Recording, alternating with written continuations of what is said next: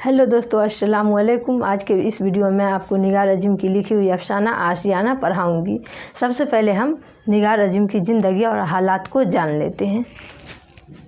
तो निगार अज़ीम क्या लिखा है? अफ़साना। कौन सा अफ़साना लिखा है? आशियाना। आशियाना। निगार अज़ीम कौन सा अफ़साना लिखा? आशियाना। तो निगार अज़ीम का असल नाम मलका-ए मेहर निगार है। निगार अज़ीम का असल नाम मलका-ए मेहर निगार है और कलमी नाम निगार अज़ीम है। उर्दू दुनिया में काफ़ी मशहूर है।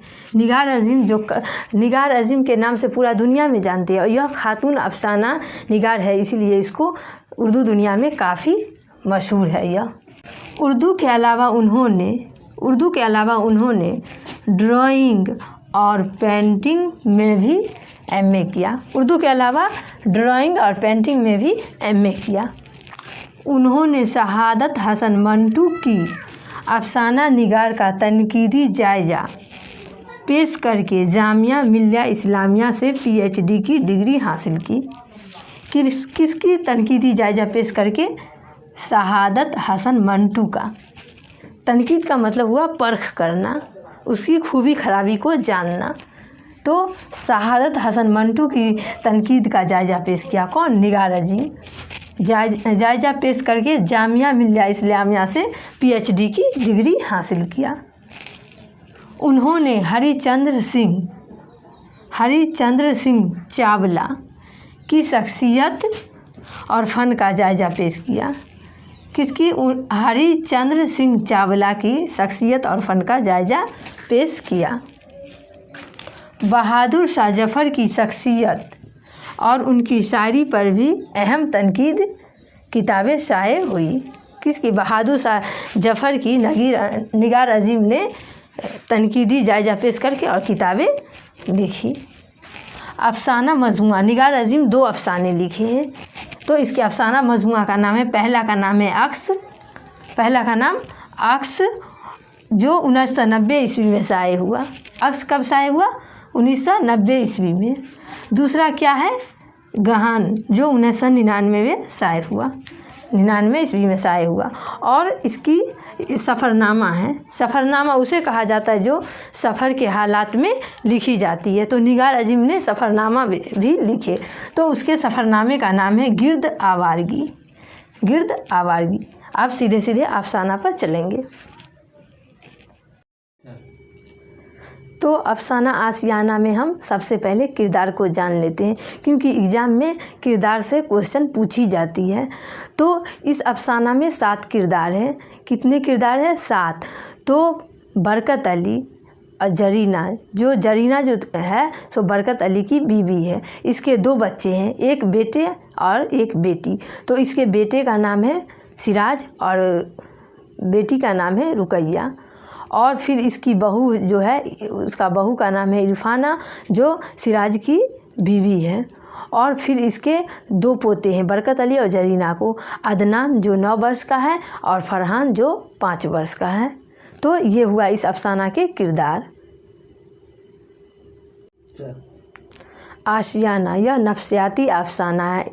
इसमें निगार अज़ीम ने औरतों के नफ्सियात के बारे में बताई है। तो आशियाना का मतलब हुआ घर।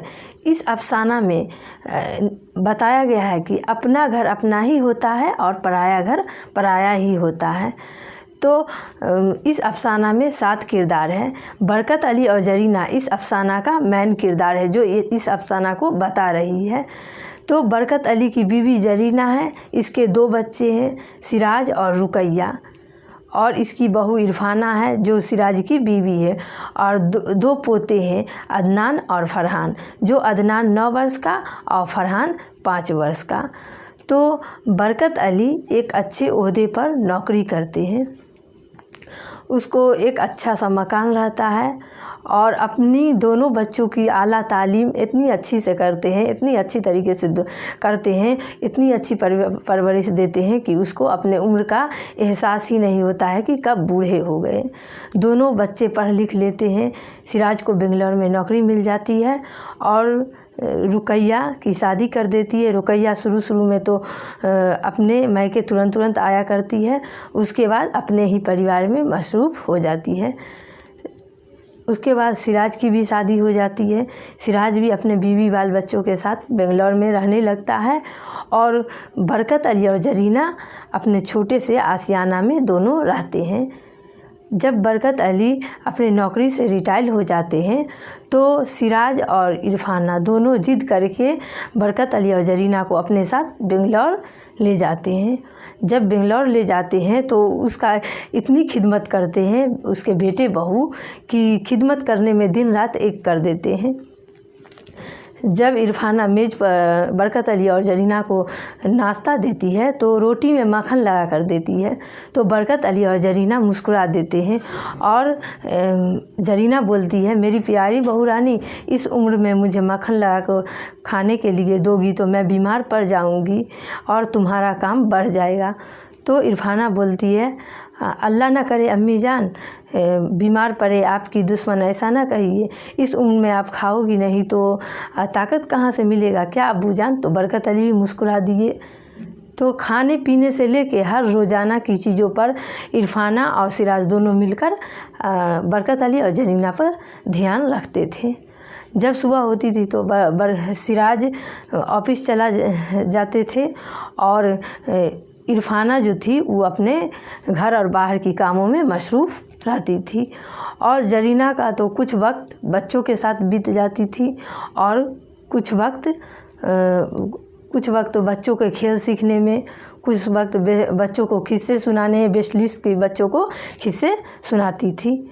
और उसके बाद इरफाना जो थी वो घर की कामों में मसरूफ़ रहती थी, नए ज़माने की होते हुए पुरानी कदरों को मानती थी और मतलब बहुत अच्छी बहू थी, हर चीज़ करती थी।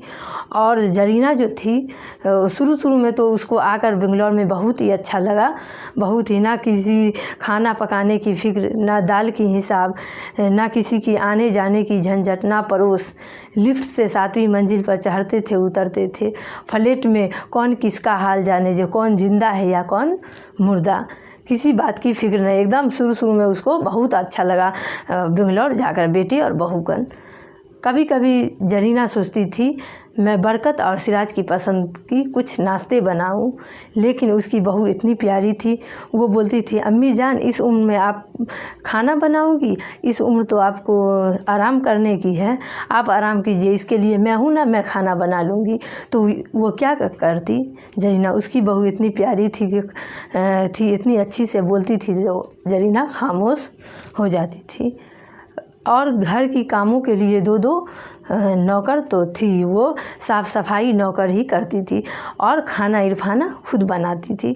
कभी कभी जरीना को मन नहीं लगती थी तो वो नौकरों को बोल पड़ती थी, सब्ज़ी धोकर फ्रिज में ऐसे रखो, सफ़ेद कपड़े के साथ रंगीन कपड़ा ना धुआ करो, कपड़े को ऐसे फैलाओ। तो फ़ौरन सिराज बोल पड़ते थे, अम्मी जान दर्द सर क्यों लेती है, इसके लिए तो आपकी बहू है, वो ये सब काम संभाल लेगी, आप सिर्फ आराम कीजिए, आप परेशान नहीं होइए। लेकिन जरीना सोचती थी ये बेटी और बहू का घर है, ये तो मेरा ही घर हुआ, इस पर तो मेरा ही हक हुआ, और घर की साफ़ सफाई ये सब काम पर मैं नहीं ध्यान रखूँगी तो कौन रखेगा, आखिर मैं घर की बड़ी हूँ, अभी से ही बेटी और बहू पर सारी जिम्मेवारी देना सही नहीं है। लेकिन उसके बेटी और बहू दोनों बोलते थे तो यह खामोश हो जाती थी, या क्या करती, उसकी बहू इतनी प्यार से बोलती थी तो वो जरीना क्या करती, ये खामोश हो जाती थी। कभी कभी सिराज और इरफाना में मतलब झगड़े हो जाते थे, तो इरफाना चाहती थी हम नौकरी करें, लेकिन सिराज इसके लिए तैयार नहीं था, वो नहीं चाहते थे कि इरफाना नौकरी करे। तो जरीना बोल पड़ती थी, अगर बहू नौकरी करना चाहती है तो करने दो, आजकल तो सारी लड़कियां नौकरी करती है, मैं तो घर में बैठी ही रहती हूँ, मैं घर की सारी काम कर लूँगी।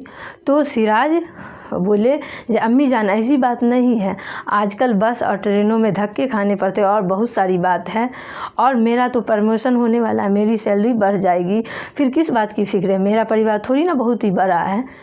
तो जरीना खामोश हो गई और इरफाना बोल पड़ी, अम्मी जान चुप रहिए, इसकी अक्ल में मेरी बात आएगी नहीं। तो इरफाना नौकरी नहीं की और फिर बरकत अली और जरीना को बेंगलोर आए 2 वर्ष गुजर गए। शुरू में तो आकर बहुत ही अच्छा लगा, लेकिन दोनों को अंदर ही अंदर उदासी थी। न जरीना बरकत अली से कहती थी, न बरकत अली जरीना से कहते थे।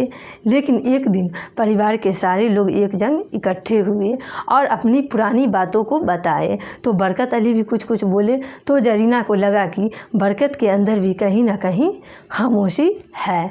तो फिर एक दिन बरकत अली ही बोल पड़े, मैं आराम करते करते और किताबें पढ़ते पढ़ते थक गया हूँ, इससे अच्छा तो मुझे काम या नौकरी कर लेनी चाहिए। शायद मैं यहाँ आकर गलती की है जरीना, ये मेरा घर नहीं है, ये तो बेटी और बहू का घर है। हम तो यहाँ के मेहमान हुए और मेहमान 2 दिन का होता है, 2 वर्षों का नहीं। मेरे तो आए यहाँ 2 वर्ष गुजर गए, अब मैं यहाँ बीमार सा हो गया हूँ। तुम अपने बेटे और बहू को छोड़कर मेरे साथ छोटे से आशियाना में चलोगी, जहाँ तुम पकाओगी और मैं खाऊंगा। चटनी रोटी ही क्यों ना हो, का अपना पड़ोस होंगे, शाम की महफिलें होगी। फिर बेटे बहू थोड़ी ना छूटा जा रहा है, हम लोग आते जाते रहेंगे। फिर ये दोनों अपना आशियाना आबाद करने का फ़ैसला कर लिया, बरकत अली और जरीना। तो आप क्वेश्चन आंसर की तरफ चलेंगे। तो इसकी क्वेश्चन आंसर की तरफ चलते हैं। मुख्तसर तरीन सवालात यानी अति लघुत्तरीय प्रश्न। तो पहला क्वेश्चन है, निगार अजीम का असल नाम क्या है? निगार अजीम का असल नाम क्या है? मलकाए मेहर निगार, मलकाए मेहर निगार। दूसरा क्वेश्चन है, निगार अजीम ने किस किस मौजू में एमए किया? तो उन्होंने ड्राइंग और पेंटिंग में भी एमए किया। तीसरा है, निगार अजीम के औलीन अफसाने का नाम क्या है? औलीन का मतलब हुआ पहला, तो इनके औलीन अफसाने का नाम है अक्स। चौथा, निगार अजीम का मजमुआ गहन कब शाये हुआ? तो 1999 ईस्वी में शाये हुआ। पाँचवा, निगार अजीम के सफ़रनामा का नाम क्या है? तो उनके सफ़रनामे का नाम है गिर्द आवारगी। उसके मुख्तसर सवालात यानी लघु उत्तरीय प्रश्न। बोल रहा है, सही और सही के फ़र्क को जुमले में इस तरह इस्तेमाल कीजिए कि करके वाज़ी कीजिए। तो एक सीन छोटी हाया से हाया जही, तो सही, तो ये सही का मतलब हुआ गनीमत, तो इसके जुमलों में इस्तेमाल करना है। तो आखिरी से भी दूर तक जो इशारा करे वो सही। और फिर साद हाया जे ही है, तो ये बड़ी हा से है, तो इसके माने हुए दुरुस्त, तो गरीबों को सताना सही नहीं है। उसके बाद दूसरा क्वेश्चन है, निगार अजीम की शख्सियत पर 5 जुमले लिखे। तो निगार अजीम की शख्सियत पर 5 जुमले लिखे बोल रहा है। तो निगार अजीम एक खातून अफसाना निगार है। इन्होंने, इसका असल नाम मलकाए मेहर निगार है। इन्होंने ड्राइंग और पेंटिंग में भी एमए किया। इन्होंने शहादत हसन मंटू की तनकीद का जायजा करके पीएचडी की डिग्री हासिल की। यही सब लिख देना है, तो 5 जुमले में हो जाएगा। तीसरा क्वेश्चन, सिर्फ अफसाना पर 5 जुमले लिखे, यानी अफसाना किसे कहते हैं? तो मुख्तसर नसी कहानी को अफसाना कहते हैं, जिसे एक ही बैठक में पढ़ ली जाती है, जिसको कम से कम 10 मिनट और ज़्यादा से ज़्यादा आधे घंटे में पढ़ ली जाती है। इसके किरदार बहुत कम होते हैं और यह अफसाना अपने वक्त का आईनादार होता है। यही सब लिख देना है, 5 जुमले में हो जाएगा। उसके बाद है लघुत्तरीय तवील सवालात। सिराज के वालिद अपने बेटे के घर पर उकताहट क्यों महसूस करने लगे? सिराज के वालिद अपने बेटे के घर इसलिए उकताहट महसूस करने लगे क्योंकि वहाँ उसको एक भी काम नहीं करने दी जाती थी। उसकी बहू ही हर काम करती थी, जाती थी अगर कोई भी काम करने के लिए तो वो बोलती थी, अम्मी जान आप इस उम्र में काम कीजिएगा, आपको अभी आराम करने की उम्र है। और बरकत अली तो वो बैठे बैठे किताबें पढ़ते पढ़ते ही एकदम बोर हो जाते थे। वहाँ हर चीज़ की उसको किसी भी चीज़ की कमी नहीं थी, फिर भी उसको वहाँ बैठे बैठे उकताहट हो रही थी क्योंकि वहाँ उसको मन ही नहीं लग रहा था, एकदम बैठा था, एकदम कोई काम ही नहीं करने देता था, तो इसीलिए उसको वहाँ उकताहट महसूस होने लगी। यही सब लिख देना और हम जो अफसाना बोले ना वही अफसाना पूरा लिख देना है। दूसरा क्वेश्चन है, जेरे नसाव अफसाना आशियाना के मरकजी किरदार पर रोशनी डाले। तो इस अफसाना का मरकजी किरदार कौन है? बरकत अली और जरीना है। तो इस अफसाना के मरकजी किरदार तो बरकत अली ही इस अफसाना को बताए हैं, बरकत अली और जरीना ही इस अफसाना को बताए हैं। तो जो हम इस अफसाना में पूरा कहानी बोले हैं। तो तीसरा क्वेश्चन बोल रहा है, अफसाने के अर्तकाए का जायज़ा कीजिए, यानी कि अफसाना किसे कहते हैं ये लिख देना है। उसके बाद इसका आगाज़ 20वीं सदी में हुई थी। उर्दू का सबसे पहला अफसाना है नसीर और खदीजा, जो 1903 ईस्वी में शाये हुआ और फिर से इसके शायर है राशिद अल खरी। यही सब मतलब अफसाना का आगाज़ कैसे कैसे हुआ यही सब लिख देना है। फिर आज के लिए इतना ही, फिर अगले वीडियो में आऊँगी।